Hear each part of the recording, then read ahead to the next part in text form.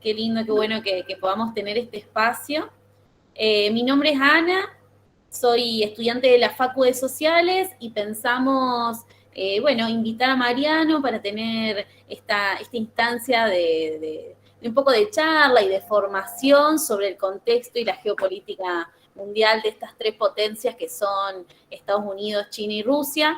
Y, y bueno, y lo que pensamos un poco con Mariano antes de cuando estábamos pensando la charla era hacer una charla un poco más descontracturada y un poco más con diálogo de ida y vuelta, así que está bueno que quienes tengan preguntas, si quieren pueden ir anotándolas en el chat o en el momento de preguntas que tengamos al final, abrir el micrófono, no hay ningún problema porque, bueno, también hay que tratar de que estos espacios sean un poco más personalizados, ¿no? No tanto como camarita y nada más. Así que, bueno, bienvenido Mariano. Te presento, para quien no lo conoce, Mariano Sarabia es periodista, es docente universitario, docente de la Facu de Comunicación. Hay algunos compañeros acá de la Facu de Comunicación, así que también un placer que estén acá participando de la charla. Y también actualmente contarles que Mariano es candidato a consejero de graduados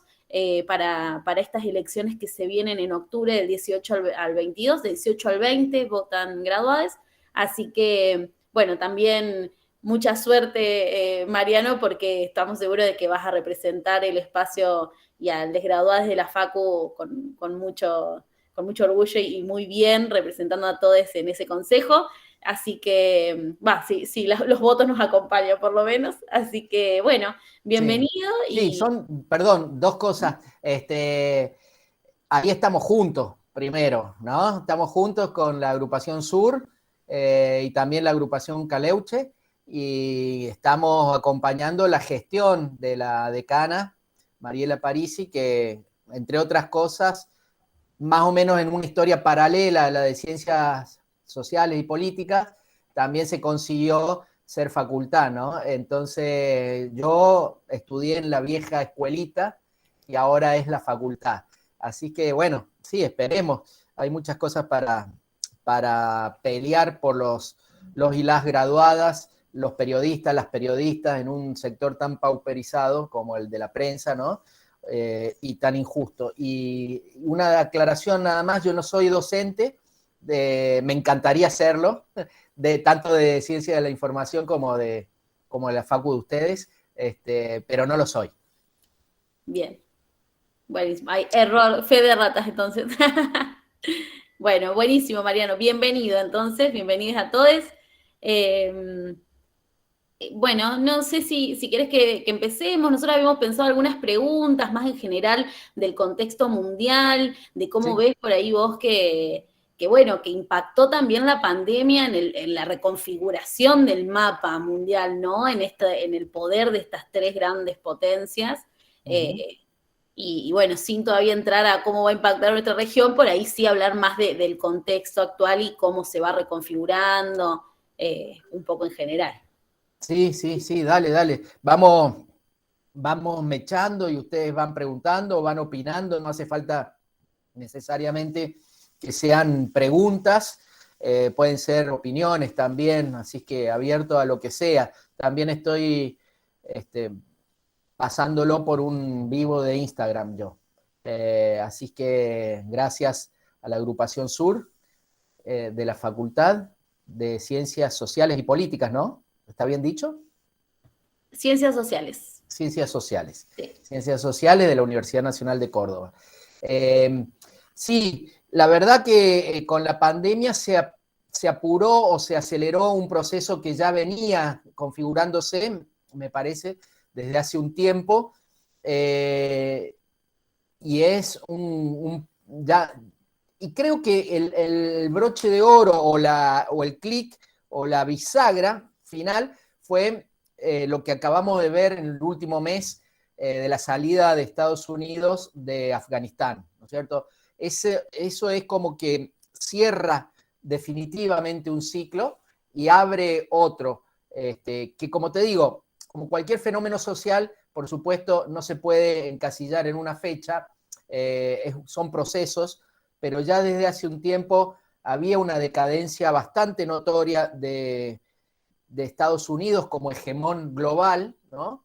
Como potencia hegemónica, y un despertar, si se quiere, de Rusia. Un despertar de Rusia y una confirmación de China con su nuevo carácter de potencia. Esto me parece que venía dándose desde principios del siglo, digamos. Hubo un momento en que, muy breve, en el que Estados Unidos fue realmente un hegemón total, que fue desde la caída del muro de Berlín hasta el 99, desde el 89 hasta el 99.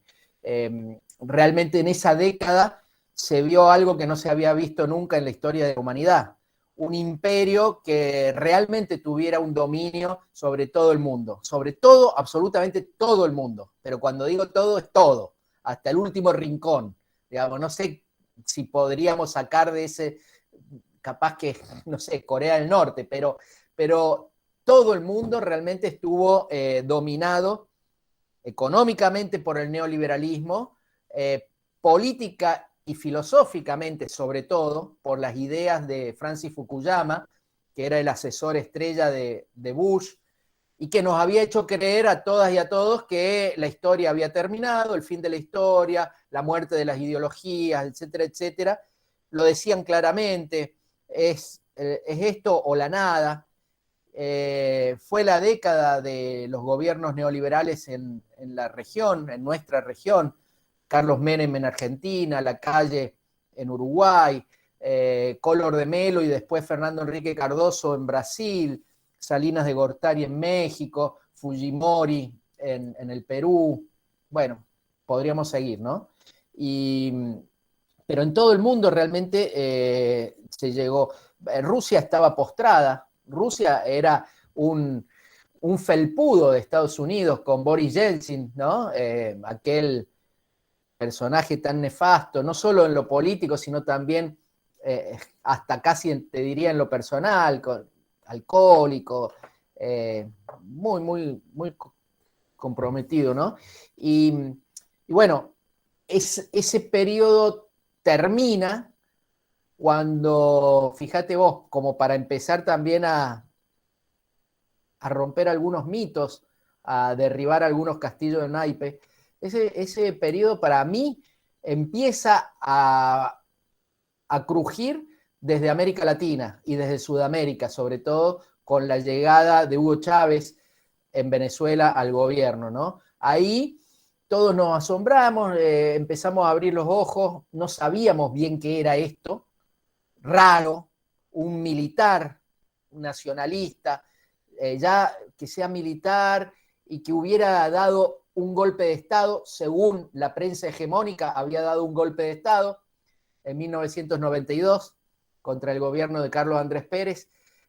A mí me gusta pensar más que era una rebelión cívico-militar, muy al estilo de otras que hemos vivido, sin ir más lejos, la de San Martín contra el primer triunvirato, ¿no es cierto? Pero bueno, lo que nos habían vendido en esa década neoliberal era que era un militar nacionalista. Y bueno, lo mirábamos con desconfianza a este Chávez, que empezó a hacer cosas interesantes, o por lo menos a llamar la atención, ¿no? Solo, sin nadie, hasta que el 1 de enero de 2003 asumió Lula da Silva en Brasil y habló del hambre. Por primera vez un presidente de Brasil hablaba del hambre y de los pobres. Y después, bueno, vino, digamos, la vuelta de la política, de la discusión política en Argentina. Podemos pensar muy distinto en esta reunión, pero nadie va a desconocer que la llegada de Néstor Kirchner y del kirchnerismo en Argentina trajo discusión política, recuperó la política, ¿no? Y después Evo, y bueno, después el Frente Amplio ganó en 2005 en Uruguay, y Bachelet en Chile, y en 2006 Evo en Bolivia, y en el 2007 Rafael Correa en Ecuador, y en el 2008 Lugo en Paraguay. Y entonces ya desde acá me parece que se empezó a poner en duda esto de el fin de la historia y la muerte de las ideologías. Desde acá, desde Sudamérica, y además con un proceso maravilloso de integración regional que nunca en 200 años habíamos tenido. Primero con la Comunidad Andina de Naciones y después con UNASUR, ¿no es cierto? Y bueno, con la llegada de Putin, esto va mucho más allá de lo ideológico. Putin tiene posiciones conservadoras en muchos temas. Podríamos hasta catalogarlo, si simplificamos un poco, más bien de derecha, ¿no es cierto? Pero en política internacional, en el juego político, puso de pie a Rusia. Y ya no fue el felpudo de Estados Unidos y empezó a despertar. Y bueno, y China, que ya venía construyendo, por lo menos desde la muerte de Mao, ¿no es cierto? Podríamos retrotraernos mucho más y podríamos decir desde el 49 con la Revolución China, pero bueno, desde los 70 principalmente venía construyendo algo raro que todavía nos cuesta definir, pero que sin dudas ha puesto a China en los últimos tiempos ya a la vanguardia. Y eso empezó ahí, en las primeras décadas del siglo. En la segunda década del siglo se consolidó principalmente con los BRICS, también con un mundo que se fue reconfigurando como multipolar, muy parecido, yo diría, al mundo del entreguerras, entre el fin de la Primera Guerra Mundial y el principio de la Segunda Guerra Mundial, con varias potencias, o el mundo de fines del siglo XIX, podríamos decir, con varias potencias. Eso siempre tenemos que tener en cuenta, siempre es bueno. Para los pequeñitos, para los que no somos poderosos, para los débiles, siempre es bueno que haya varios grandotes. Lamentablemente la comunidad internacional es como el barrio, como la esquina del barrio. Si hay un solo grandote que agarra patadones a todos los otros, es mucho peor. Si hay varios grandotes que pueden disputar, a lo mejor nosotros nos acercamos a uno, después nos acercamos a otro, vamos viendo. Esto es independiente de la cuestión ideológica, repito, ¿no? En política internacional hay un axioma que dice no hay amigos y enemigos, hay intereses y los intereses van variando, ¿no es cierto? Entonces, si nosotros tenemos una alianza estratégica con China o con Rusia, a lo mejor no hay una confluencia ideológica total, ¿no es cierto? O cuando Cristina lo hizo con China, por ejemplo. No importa si China hoy es capitalista, es más capitalista o más comunista, no importa si lo que hace Putin, no importa Irán, qué es Irán, lo importante es que son jugadores importantes en la política internacional y que nos puede servir a nosotros siempre poner huevos en distintas canastas, ¿no? A diferencia de lo que hizo el macrismo, que fue volver para atrás a una dependencia casi directa con Estados Unidos, ¿no es cierto? Fue impresionante ese giro en la política exterior de la Argentina. Entonces, lo que ha pasado con la pandemia me parece que ha sido acelerar esto y ya casi definitivamente por dos motivos. Primero, por el personaje impresentable que gobernaba Estados Unidos, que era Donald Trump, y que hizo todo mal, digamos. Y repito, esto más allá de lo que pensemos y más allá de lo ideológico, pero hizo todo mal desde lo pragmático, porque se peleó con sus aliados, le robó aviones enteros de barbijos a Alemania, por ejemplo, a la Unión Europea, le robaba los respiradores a Paraguay, esto al principio de la pandemia, en abril, mayo, junio del año pasado.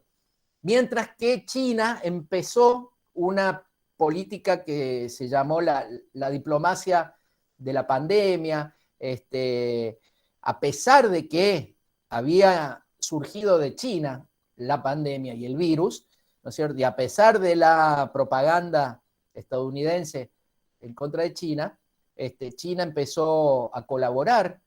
China no es una entidad de beneficencia, por supuesto que no, ni es un club de amigos, pero sí le vendía a los países cuando Estados Unidos no vendía,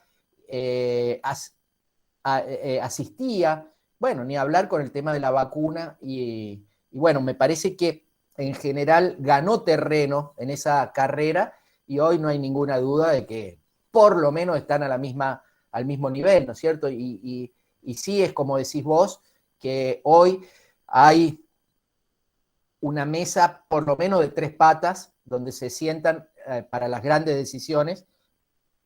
Eso ya se había visto un poco en el conflicto de Siria, ¿no es cierto?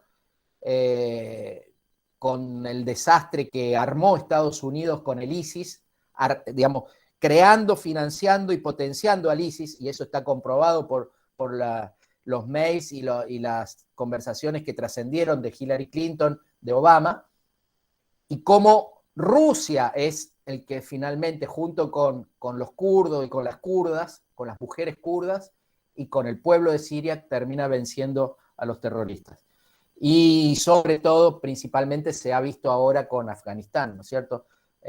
Lo que está pasando en Afganistán es bajo cuerda, una discusión muy interesante ya de los 3, ya de Rusia, China y Estados Unidos todavía, pero que muy debilitado, porque la forma en que salió fue casi vergonzosa, ¿no es cierto? Ellos venían negociando esa salida desde hace por lo menos 2 años, pero pensaban que se iban a ir el 11 de septiembre, cuando se cumplieran 20 años de las Torres Gemelas, y que iban a pasar entre 4 y 6 meses hasta que los talibanes llegaran a Kabul.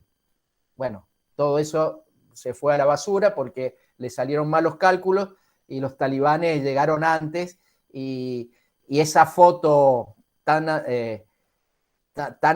temida por Estados Unidos del helicóptero saliendo de la embajada, que es exactamente la misma foto que la de Saigón de 1975, se vio en todo el mundo. Entonces, hoy Estados Unidos está muy debilitado, por ejemplo, en esa zona. Y no olvidemos a Irán, ¿no es cierto?, que también se ha fortalecido. Así que sí, concretamente, no sé si fui muy largo, pero te respondo que sí, que estamos frente a un mundo multipolar. No, tal cual, súper claro. Y por ahí vos venías hablando y yo pensaba esto de cómo también, o qué análisis haces vos de 2 preguntas, son medios parecidas. Primero, de cómo todo este escenario que recién resumiste muy bien impacta en los grandes líderes mundiales, ¿no? Porque, bueno, lo vimos, estuvieron en la agenda, desde la agenda de los medios masivos de comunicación hasta los memes con los 3 presidentes de los 3 países continuamente. Y por otro lado, sí, mientras vos charlabas, yo pensaba, ¿cómo con esta salida de lo de Trump, que bueno, que yo creo que la pandemia también fue un gran factor que hace que él termina perdiendo las elecciones, cómo por ahí se puede también, o sea, la entrada de lo de Biden ahora puede llegar a tener otras consecuencias o otro rumbo a partir de las decisiones que pueda tomar, siendo esto, ¿no? Que hoy Estados Unidos por ahí está bastante debilitado, están tomando inclusive muchas decisiones económicas, de política económicas distintas a las que venían llevando. Nada, como mientras vos charlabas me hacía pensar eso, cómo se fue impactando, ¿no? Cómo impactó todo este contexto en estos 3 grandes líderes, y lo de Estados Unidos me parece que también es para mirar, ¿no? Sí, sí, sí, sí, sí. Los sistemas son muy distintos, Ana. Los sistemas políticos y las culturas son muy distintas, por eso hay que bajar 2 cambios. Nosotros y todo Occidente debería bajar 2 cambios. Me parece que lo que estamos viendo no solo es un declive de Estados Unidos como potencia, sino de Occidente como potencia colonizadora en lo cultural, sobre todo. Occidente está demostrando que está en decadencia, que los mismos valores que nosotros seguimos defendiendo son por lo menos cuestionables, por lo menos cuestionables. Nosotros seguimos repitiendo como loros y como loras lo que nos dice La Voz del Interior y Canal 12 y Radio Mitre y Cadena 3, y seguimos escandalizándonos por las mujeres de Afganistán sin pensar en las mujeres de Arabia Saudita o de Qatar o de Emiratos Árabes o de Dubái, ¿no es cierto? Con mucha ignorancia principalmente, opinando antes de conocer, bueno, típico de Occidente, ¿no? Típico de Occidente desde siempre. Y bueno, eso por un lado, ¿no es cierto? Me parece que hay que ver, en el caso, vos, digo esto porque vos hablaste de los líderes, ¿no? En el caso de Rusia hay que entender qué otra concepción de la democracia, podemos decir si nos gusta o no, pero en ese caso Putin es muy fuerte. En el caso de China hay como un engranaje mucho más aceitado, que es el partido, ¿no? El partido es fundamental en esa concepción de sistema político, el Partido Comunista, y bueno, por supuesto que las personas son importantes también, pero el partido es lo más importante. Y en el caso de Estados Unidos hay una democracia que también es bastante relativa. Noam Chomsky y otros intelectuales como James Petras han dicho que en realidad lo que hay es un sistema de partido único con matices, ¿no es cierto? Y no es tan distinto. Lo que pasa es que a veces sí esos matices pueden influir. Trump a nivel internacional fue menos dañino, a pesar de que parezca raro, pero fue menos dañino que otros. Fue menos dañino que Obama, Donald Trump. Donald Trump era o es un fascista, un misógino, un machista, un racista, y todo eso, por supuesto que sí, un neofascista.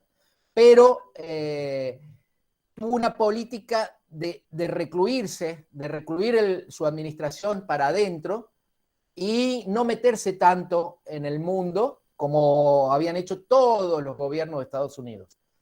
Fíjate que no empezó ninguna guerra Donald Trump, ¿no? Obama sí empezó. Bush dejó Latinoamérica con, o hablemos de Sudamérica, cuando se fue Bush en el 2008, en Sudamérica había una base militar, una sola, la base de Manta en Ecuador. Cuando se fue Obama, después de 8 años de gobierno, había 19 bases militares de Estados Unidos. 7 en Colombia, 8 en el Perú, 2 en Paraguay, 1 en Chile. Esto, más allá de lo anecdótico, lo digo para hacer ver que un imperio tiene políticas imperialistas y por ahí tenemos una falsa idea de que los demócratas son un poco menos malos que los republicanos o son más progres que los republicanos. Y también a esa idea o a ese mito ayuda lo grotesco y lo chocante de la figura de Donald Trump, que es todo lo que ya dijimos recién. Pero bueno, yo vengo diciendo de hace mucho que con Biden va a ser peor la actitud de Estados Unidos a nivel internacional. A nivel internacional. Todavía no ha empezado, pero ya ha dicho que vuelven a ser importantes en el mundo. Lo de Afganistán no se puede tomar como parámetro porque no tenían otra opción, porque se tuvieron que ir. Y además ya era un proceso que había iniciado Donald Trump en el 2018. Pero Biden ha vuelto a hablar del patio trasero, de nosotros como su patio trasero, etcétera, etcétera. Entonces es complicado. Recordemos que Biden fue durante 30 años el representante del estado de Delaware. Delaware es un paraíso fiscal, más que paraíso, es una guarida fiscal.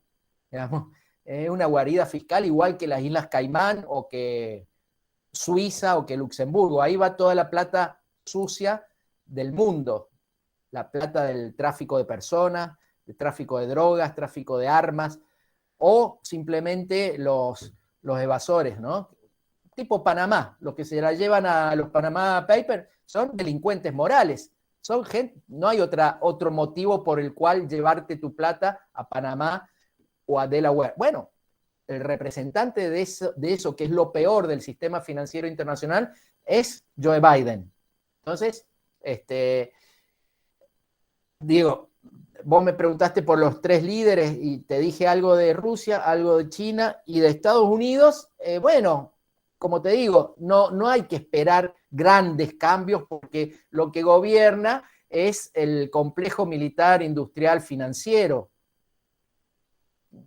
periodístico, podríamos decir. Eso es lo que gobierna y nadie puede pensar que el presidente de Estados Unidos es verdaderamente autónomo como para hacer algo distinto, ¿no? Entonces, vamos a ver, porque decíamos recién, y vos lo repetías, está débil Estados Unidos, sí, está débil, pero a veces los imperios, cuando se van debilitando, se ponen más agresivos y más impredecibles, ¿no? Y hay otra cosa a tener en cuenta. Siempre en la historia de la humanidad los imperios tuvieron un desarrollo, un ascenso, una cima y un declive, hasta que dejaron de ser imperios o cedieron su lugar. Eso pasó con todos, pasó con el imperio francés, pasó con el imperio británico, cuando después de la Primera Guerra Mundial el Reino Unido tuvo que reconvertirse en otra cosa, pero Estados Unidos es distinto, porque Estados Unidos nació como Estado-nación, como conformación política, nació con vocación imperialista. Ya los padres fundadores, ya Jefferson, Washington, Madison, y después más adelante, bueno, Jackson, todo, y después más adelante Sullivan, hablaban del destino manifiesto y de que ellos estaban por encima del resto por un imperio de la divinidad, de Dios. O sea, es un destino que le da a Dios de gobernar el mundo. Pero lo han dicho todos. James Monroe con la doctrina Monroe de América para los americanos, más adelante el viejo Roosevelt con el garrote y la zanahoria. William Taft llegó a decir, no está lejano el día en que 3 banderas de barras y estrellas señalen en 3 puntos equidistantes la extensión de nuestro territorio. Una en el Polo Norte, otra en el Canal de Panamá y otra en el Polo Sur. Todo el continente será nuestro. Y eso lo dijo un presidente de Estados Unidos públicamente, no lo dijo en un asado con los amigos, lo dijo en un discurso público. Entonces, está bien, están débiles, pero no se resisten a dejar la posta a otros o a otro mundo distinto que ya es multipolar y ellos no se dan cuenta todavía.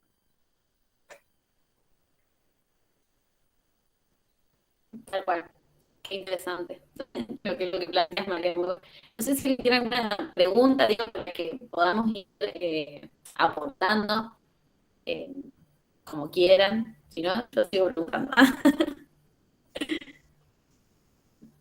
Bueno.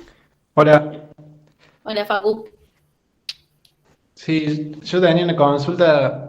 Quería preguntarle qué papel juega Corea del Norte en esta lucha por el poder global. No, Facu, ninguno. La verdad, ningún poder. O sí, puede jugar un papel secundario. Corea del Norte, con su desarrollo de armas atómicas, tiene solamente la posibilidad de extorsionar a la comunidad internacional a cambio de, de algunas ayudas, de que se le sacan sanciones, se le ponen sanciones, se lo aprieta un poco más, se lo aprieta un poco menos. Bueno, en el caso de Donald Trump, te acordás que se distendió bastante, hasta por primera vez se encontró con el presidente de Corea del Norte, se dieron la mano, a veces llega ayuda, sobre todo en forma de alimentos. Tienen un problema serio ellos porque es un régimen muy cerrado. Digamos, es difícil hoy sostener un régimen comunista, estalinista, digamos, a la imagen de lo que pasaba en el siglo XX. Me parece que los países que han ido marcando el rumbo han sido los que han inventado cosas nuevas, sobre todo los de América del Sur, Facu, ¿no es cierto? Lo que estuvimos nombrando, cada uno con sus diferencias, pero bueno, de última hasta se acuñó la idea o el concepto de socialismo del siglo XXI, que no es el socialismo que conocimos, es otra cosa, ni siquiera China se mantiene en un sistema comunista como el que conocimos antes. Y bueno, Corea del Norte sí quiere empecinarse en eso, se cierra cada vez más, me parece que han entrado en una espiral de la cual ya es difícil salir, y no lo han aplastado simplemente porque tienen poder nuclear, ¿no es cierto? Eso te da la pauta de lo que decía yo recién. Si sos fuerte, te respetan. Si Corea del Norte no tuviera armas nucleares o no tuviera cohetes que lleguen a California o a Hawái, por ejemplo, ya Estados Unidos junto con Corea del Sur lo hubieran aplastado. Pero bueno, lamentablemente así es el mundo, digamos. Y bueno, esa también es la hipocresía del mundo. ¿Por qué? Porque alguien me diga filosóficamente por qué podrían tener armas nucleares ciertos países y otros no. Obviamente que yo coincido en que lo ideal sería que nadie las tuviera, pero mientras Estados Unidos, Francia, el Reino Unido e incluso China y Rusia no se deshagan de su arsenal, ¿qué autoridad moral tienen para decirle a Irán o a Corea del Norte, no, vos no? Yo sí, pero vos no. Además, teniendo en cuenta una cosa, que el único país en la historia de la humanidad que las usó fue Estados Unidos, en Nagasaki y en Hiroshima.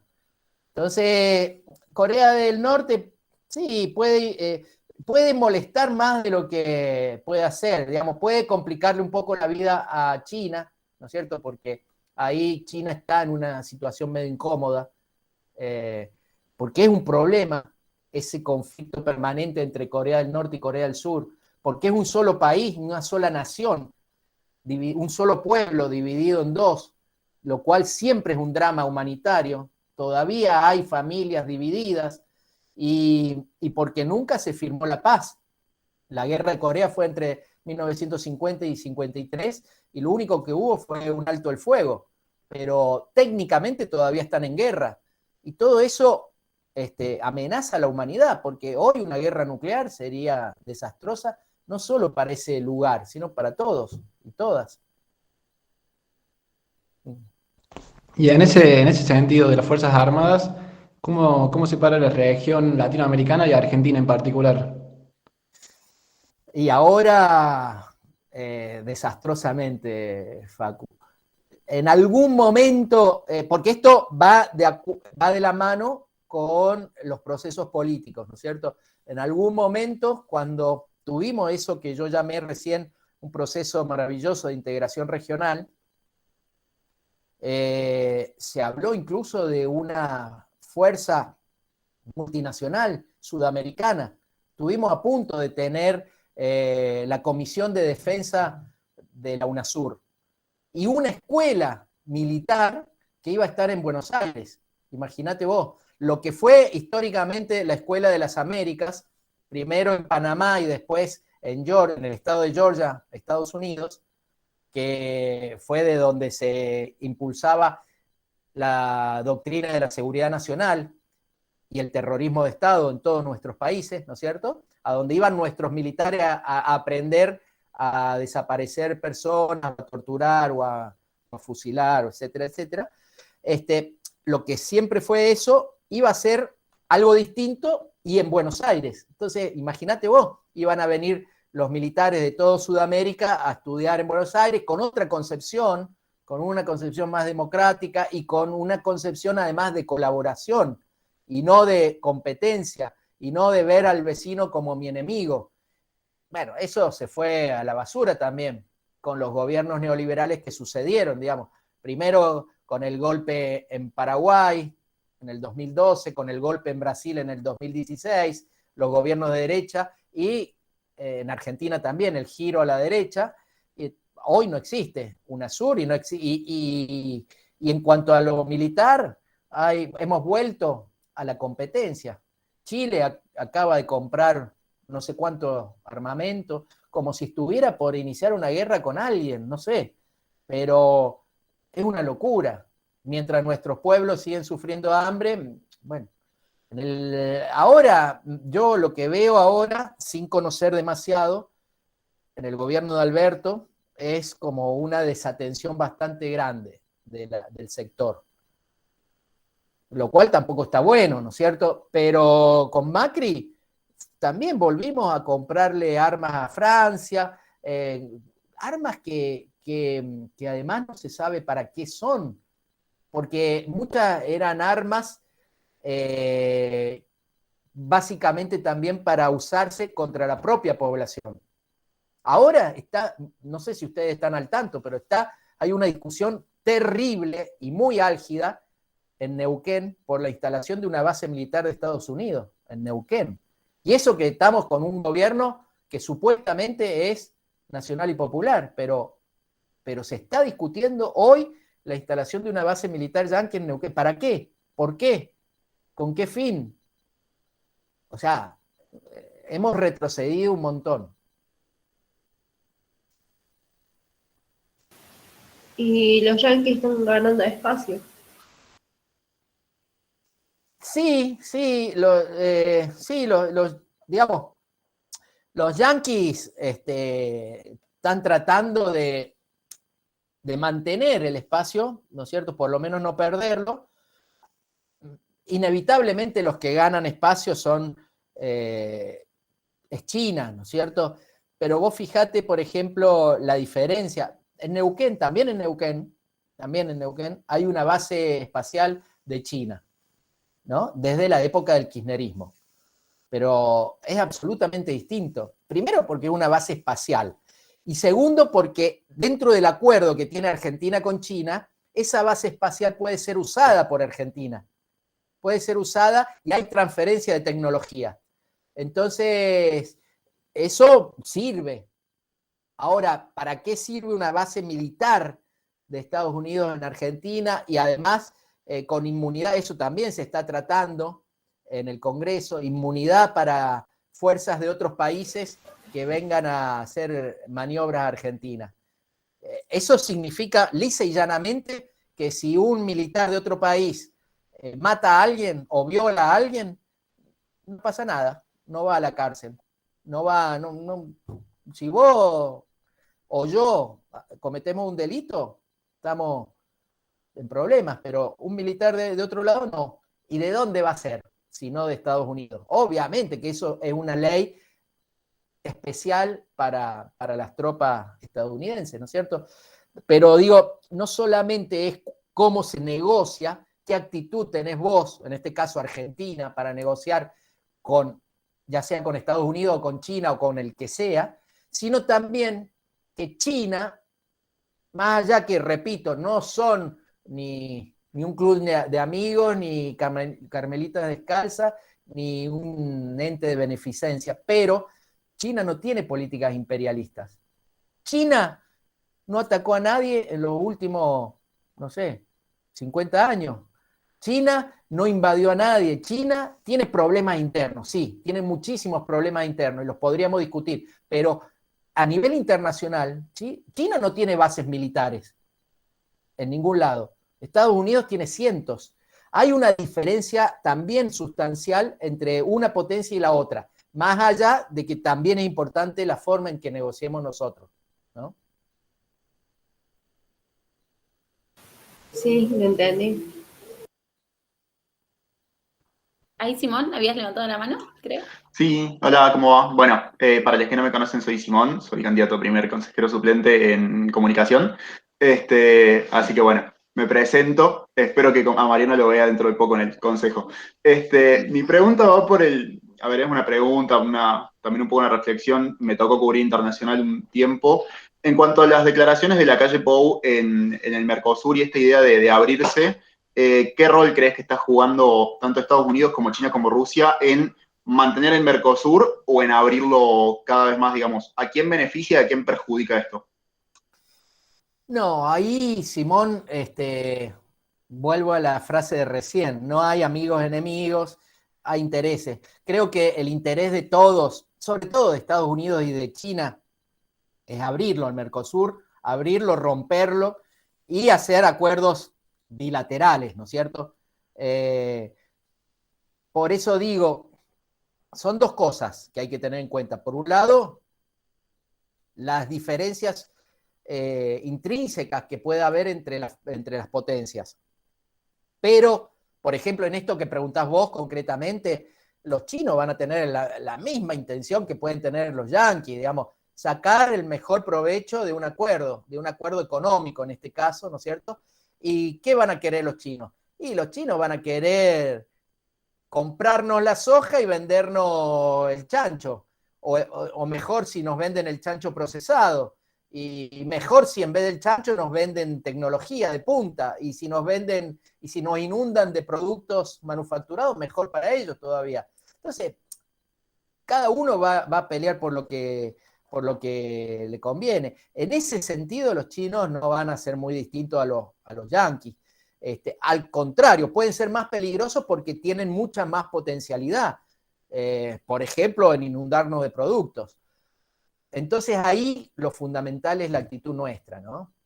Y lo de la calle Pou es espantoso, es realmente, mirá, Jaureche decía, malo es el gringo que nos compra, pero peor es el criollo que nos vende. Entonces, ese es la calle Pou, digamos, o ese es el liberalismo o el neoliberalismo en general. Eh, eso es, qué sé yo, no quiero echar leña al fuego, pero eso fue Macri durante 4 años, digamos, pidiéndole perdón al rey de España, pidiéndole perdón a los empresarios por si alguna vez se habían sentido mal. Eso es lo que está haciendo la calle al intentar hacer acuerdos bilaterales, violando todos los estatutos del Mercosur, digamos. Es espantoso.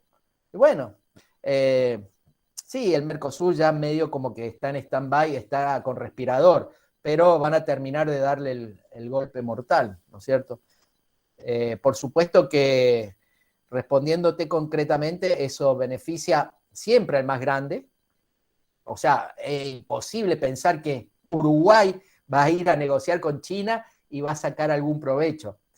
Capaz que juntos en el Mercosur podemos hacer una fuercita, pero además me parece que está todo bien con estar en el mundo y está todo bien con los dólares que necesitamos, la balanza de pago, etcétera, etcétera, pero si seguimos pensando que exportar nos va a beneficiar, y bueno, seguimos anclados en el siglo XIX, seguimos anclados en el pensamiento de Mitre y de Avellaneda, ¿no es cierto? Y de Sarmiento. Ningún país del mundo en la historia se ha desarrollado en base a la exportación. Todos, absolutamente todos, y desafío a cualquiera que me ponga un ejemplo en contra, todos se han desarrollado en base a su mercado interno. Entonces hay que ver lo que hacen los poderosos y no tanto escuchar lo que dicen los poderosos que tenemos que hacer nosotros. Digamos, vos vas a ver que hasta los más liberales cuidan su mercado interno. Entonces, nosotros deberíamos dejar de pensar que exportando soja o minerales vamos a mejorar la calidad de vida de nuestro pueblo. Nosotros vamos a mejorar la calidad de vida de nuestro pueblo cuando haya mercado interno, cuando haya producción, cuando tengamos una producción agrícola más sustentable y menos venenosa como la que tenemos. Entonces, sí, lo de la calle Pou es deleznable, realmente. No sé si tengo tiempo para una repregunta. No, me quedé pensando en esto que decías de exportar la soja y que nos devuelvan los chanchos. Si crees que la alianza, digamos, sea con China, sea con Estados Unidos, o Bueno, pensando más en China, y también van dos preguntas. Primero es si China crees que va a ser la nueva potencia mundial, la nueva hegemonía, aunque sea por poco tiempo, si lo está haciendo desde un punto de vista personal, y después si crees que cualquier alianza con estos cosas sería algo similar a lo que pasaba con Inglaterra cuando estaba Mitre o Roca, y que digamos que no sirve una alianza internacional en ningún punto, siempre que no, si no se piensa en el mercado interno. Más o menos lo dijiste, pero pensándolo en estos términos de que se plantea, hay que aliarse con uno o con otro, ¿cuál es la respuesta? No, primero no hay que casarse con nadie. Hay que, como dije más temprano, hay que poner huevos en distintas canastas y tener una política exterior autónoma que te permita jugar libremente, ¿no es cierto? De acuerdo a los intereses de la Argentina.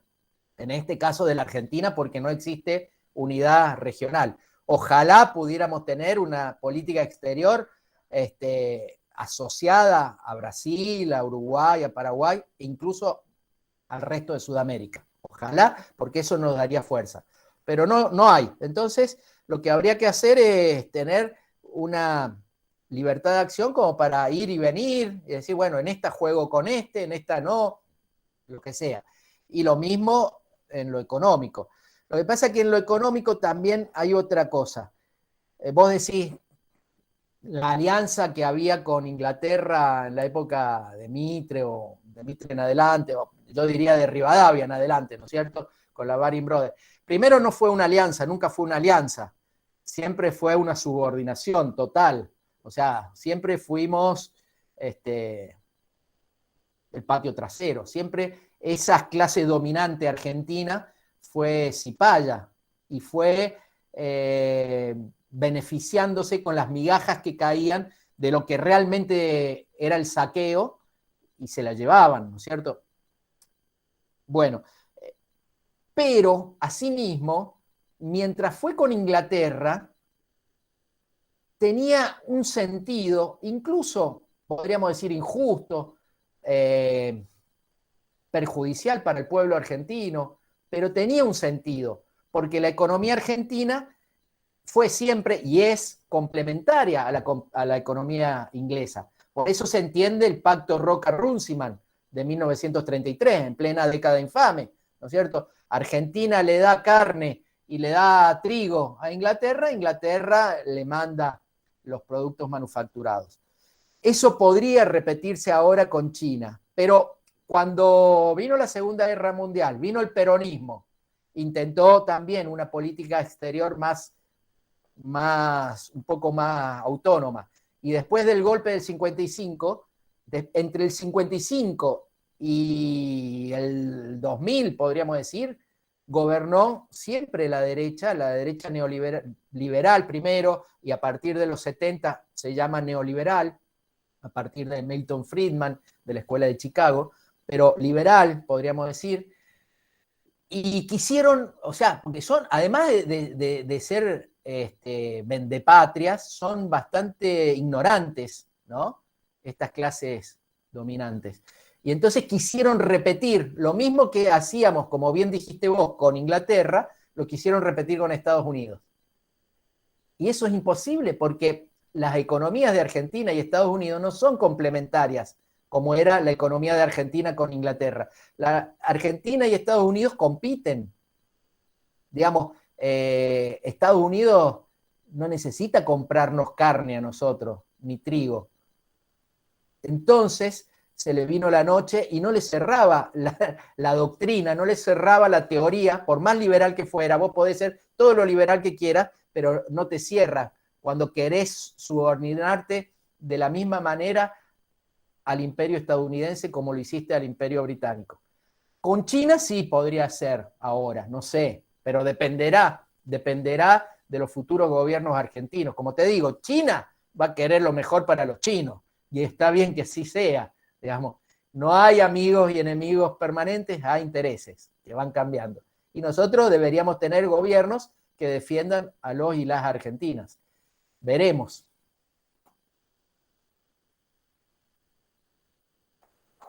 Joya, gracias, me respondió mucho más.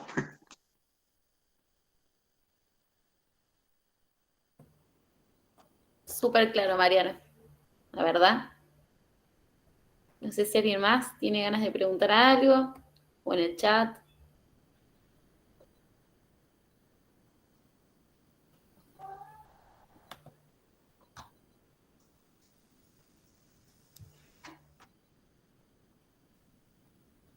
De todas maneras, bueno, si no hay más preguntas, como para también redondear, yo lo único que me gustaría también decir dentro de esto es que prestemos mucha atención a una cuestión que está pasando en el mundo que me parece preocupante, me parece muy preocupante, y que es ya no solamente el liberalismo o el neoliberalismo.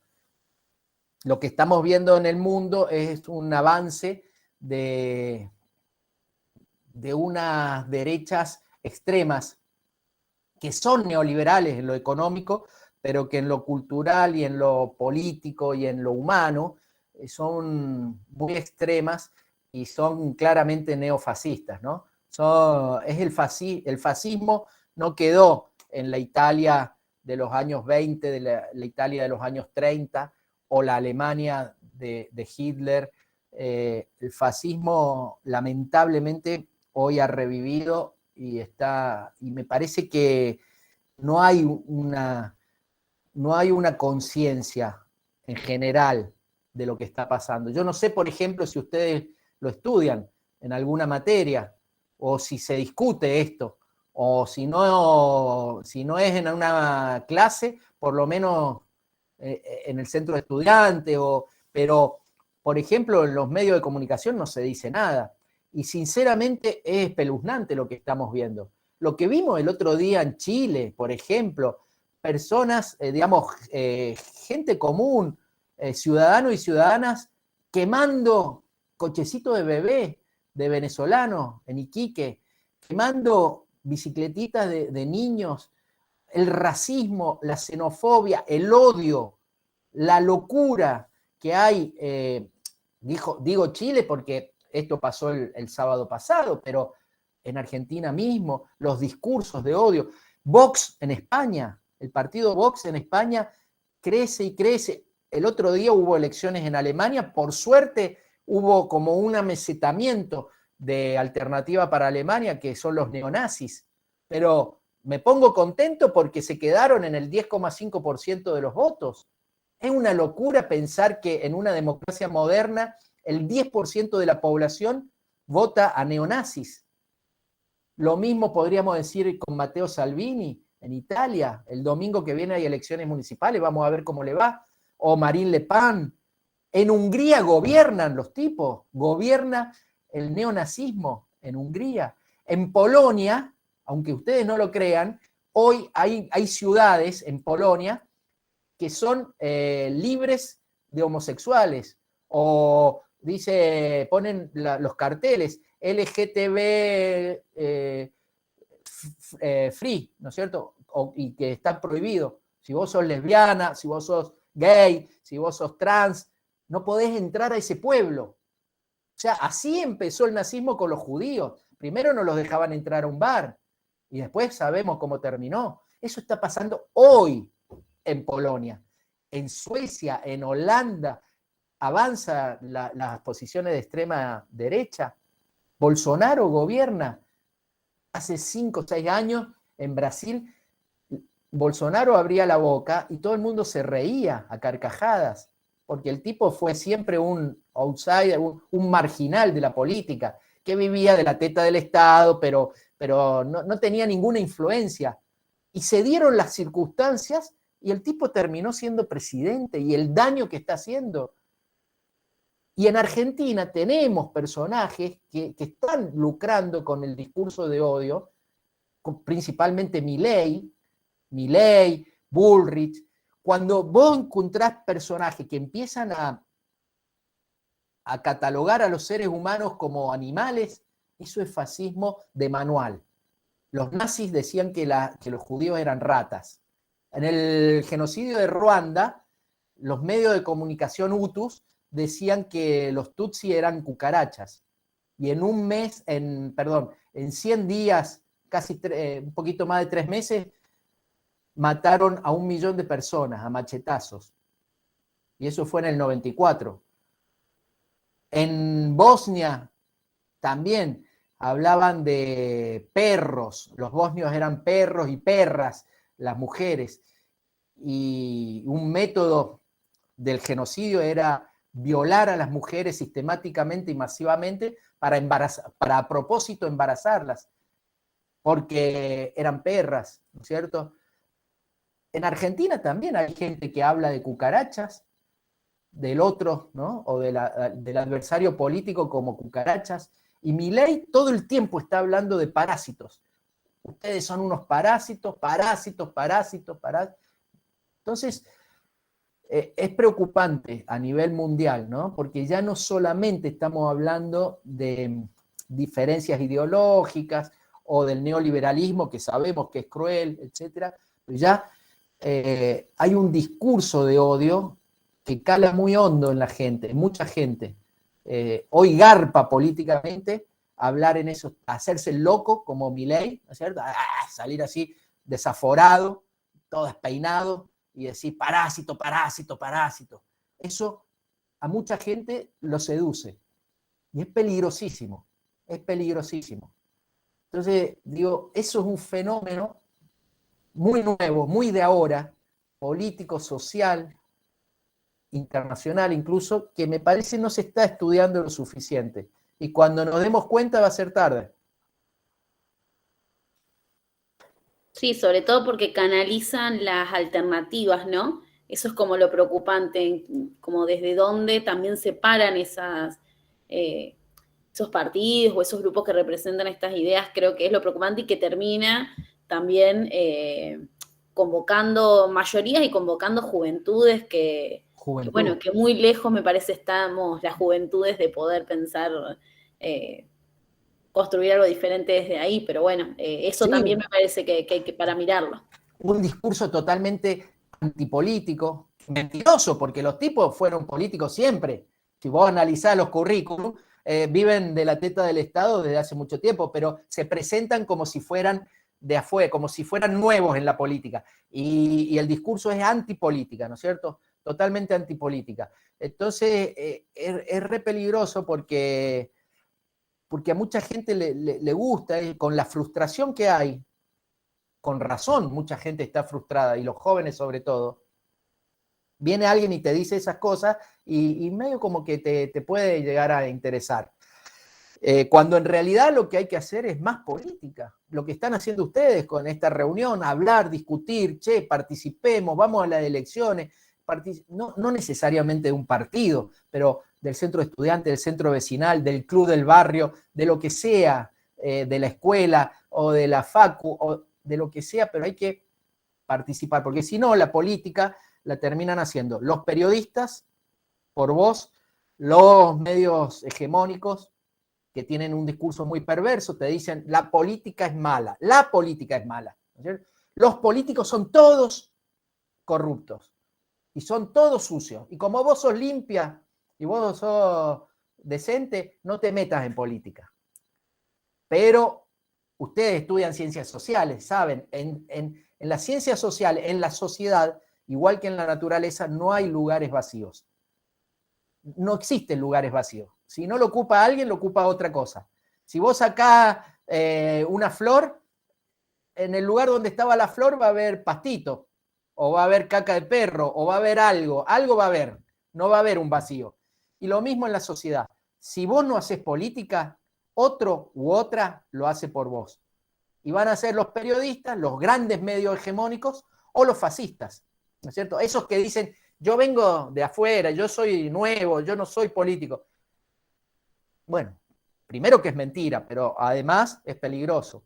Entonces, participar de una cosa, de un lado, del otro lado, discutamos, nos agarremos de los pelos, no importa, pero participemos, fortalezcamos las instituciones, sea en la facultad, sea a nivel social, en lo que sea.